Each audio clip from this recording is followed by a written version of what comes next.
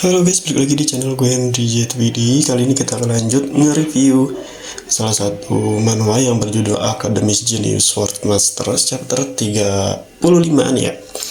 Di sini kita ada kedatangan karakter baru nih guys ya, yang sepertinya jabatannya ini bukan jabatan biasa, tapi lebih sekelas kayak Duke atau apa gitu. Dan kekuatannya pun kekuatan yang emang ya sangat kuat menurut gua, sampai bisa menembas sekali tenaga raksasa ya. Bisa jadi dia sama kuatnya sama gurunya si MC kita ini nih, si Ronan lah ya. Ronan bukan si nama MC-nya, entar kalau ketukar takut yang manual lain. Nah, di sini kita tahu nih ternyata beberapa kita mulai ada kelihatan plot twistnya dari MC kita ini, yang awalnya emang udah hampir melepaskan kutukannya, tapi ternyata masih ada lagi guys. Nah, kutukannya ini bukan hanya kutukan biasa ya. Jadi si Ronan ini harus berusaha melepaskan kutukannya, dan kemarin kutukan 1, berarti sisa 9 katanya nih ya. 9 dengan satu kutukan aja sudah mulai dilepas, dia sudah ngerasain namanya mana. Nah, dengan sebenarnya tanpa itu aja dia udah OP ya. Ronan gimana 99 kutukannya dilepas ya, berarti dia semakin lebih OP dari pada dia yang sekarang. Buset, sampai gunung pun pasti bisa kalah lah. Nah, di sini juga gue punya sedikit spekulasi atau teori bahwa ayahnya ini kekuatannya itu kayak seperti kegelapan. Nah, berarti dia ini punya organisasi yang menaungi dia, entah itu dia salah satu tetua atau salah satu pemimpin yang benar-benar penting di situ, atau hanya sekedar seperti kayak anggota biasa, kita belum tahu nih ya. Tapi dengan kekuatannya aja kayak udah setara kekuatan profesor aja sampai dikuras kekuatannya, berarti dia kemungkinan ayahnya ini anggota terpenting dari organisasi tersebut ya. Nah, alasan kenapa dia menyegel si Ronan ini, anaknya ini, kemungkinan organisasinya itu mencari sesuatu yang dia incar. Nah, ya sesuatu hal yang takutnya nanti bisa mengambil nyawanya anaknya ini. Nah, makanya mau nggak mau ayahnya ini ngesegel kekuatannya sendiri. Nah, entah nggak tahu ya organisasi ini apa yang dicari, tapi kita udah punya sesuatu hal nih. Organisasi ini sedang mencari sesuatu hal, dan dia udah nemuin itu di MC kita ini. Nah, tapi si ayahnya ini nggak setuju, kemungkinan nggak mau kalau sampai MC-nya diambil sama organisasi tersebut, ya kan? Ya, kemungkinan si organisasi ini seperti kayak film-film Naruto ya, kayak Akatsuki. Kalau kalian tahu Akatsuki kan, nah di Akatsuki itu kan mencari Jubi ya. Nah, makanya dia mengambil beberapa kayak Naruto dan Hokage lain ya kan, dengan organisasinya. Nah, takutnya ini tuh seperti organisasi Akatsuki, makanya mau nggak mau ayahnya ini harus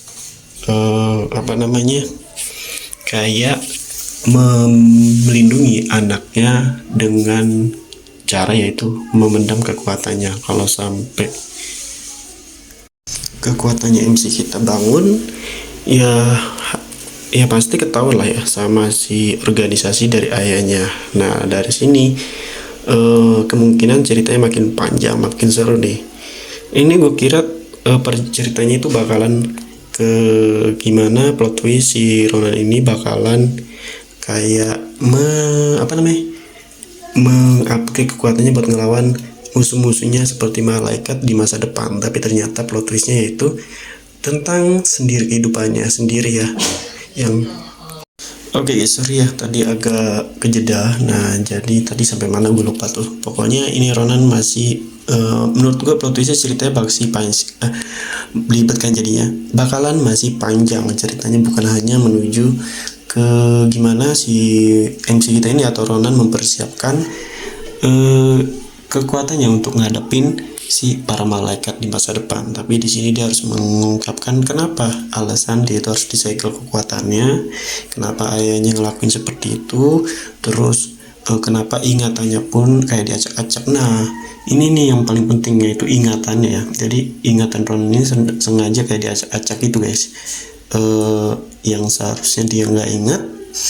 Jadi kalau dia ngebuka salah satu kutukannya itu dia jadi ingat guys. Jadi di sini kayaknya kalau dia ngelepasin kutukan dia mungkin akan kebuka ingatannya kenapa hal itu terjadi. Tapi kan dia masih kecil ya.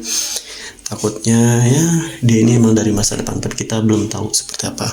Nah, ini yang gue gambar itu MC-nya ya. MC-nya sedang duduk. Nah, ini rantai-rantai itu menggambarkan bahwa dia sedang terkena kutukan lah. Kekuatannya itu kayak disegel, kayak Kyuubi lah ya, kayak Naruto. Jadi dia itu emang benar-benar ada berapa rantai tuh, kalian hitung sendiri. Jadi kayak dikekang gitu guys, kalian bisa lihat sendiri ya.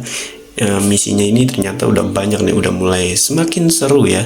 Sepertinya penulisnya ini ngambil dari beberapa referensi Naruto nih, jangan-jangan. Oke, kalian lihat sendiri, ini gue ngegambar ilustrasi tentang si MC-nya sendiri ya, yang sedang kayak duduk di singgasana. Wih, kayak raja dia, yang sedang dikelilingi rantai. Jadi ini rantainya nggak terlalu banyak gue bikin atau gue gambar. Yang aslinya sih banyak ya rantainya, ini ada lebih lah dari yang gue gambar ini. Tapi karena biar namanya apa tuh, meminimalisir waktu juga ya, sampai 8 menit, jadi gue nggak terlalu banyak-banyak. Oh ya, kalau kalian mau belajar bikin ilustrasi seperti ini, mau bikin desain website, aplikasi, bisa langsung ke YouTube gua. Di situ udah banyak cara-caranya di playlist YouTube, ya kan. Siapa tahu ini bisa jadi sumber pemasukan kalian ya. Kita nggak tahu ya kalian mau kemana arahnya, tapi seenggaknya kalian punya skill lah, udah punya persiapan buat kedepannya. Oke, jadi kalau kalian kayak mau request atau mau coba tolongin bikinin manual seperti ini dan lain-lain, yang review film dan lain-lain, ya bisa langsung di kolom komentar video ini atau bisa langsung di YouTube gue juga. Silakan, bisa di Instagram gue juga, di TikTok juga gue ada kok. Kadang sering aktif juga di media sosial TikTok, Instagram, serta YouTube apalagi ya. Emang gue dimulai dari YouTube sih. Oke, nah di sini kita masih akan melihat art berikutnya, yaitu seorang Duk ya. Seseorang yang pengen ketemu sama MC nih, yang nggak tahu sih dia punya hubungan apa sama MC, tapi kayaknya dia sangat penasaran sama MC kekuatannya karena sudah mengalahkan beberapa monster batu nih. Jadi dia tahu, meskipun kita tahu lah ya kekuatannya lebih kuatan dari si Duk ini. Bayangin loh, cuman sekali tebasan doang anjir, dia cuma sekali tebasan dia udah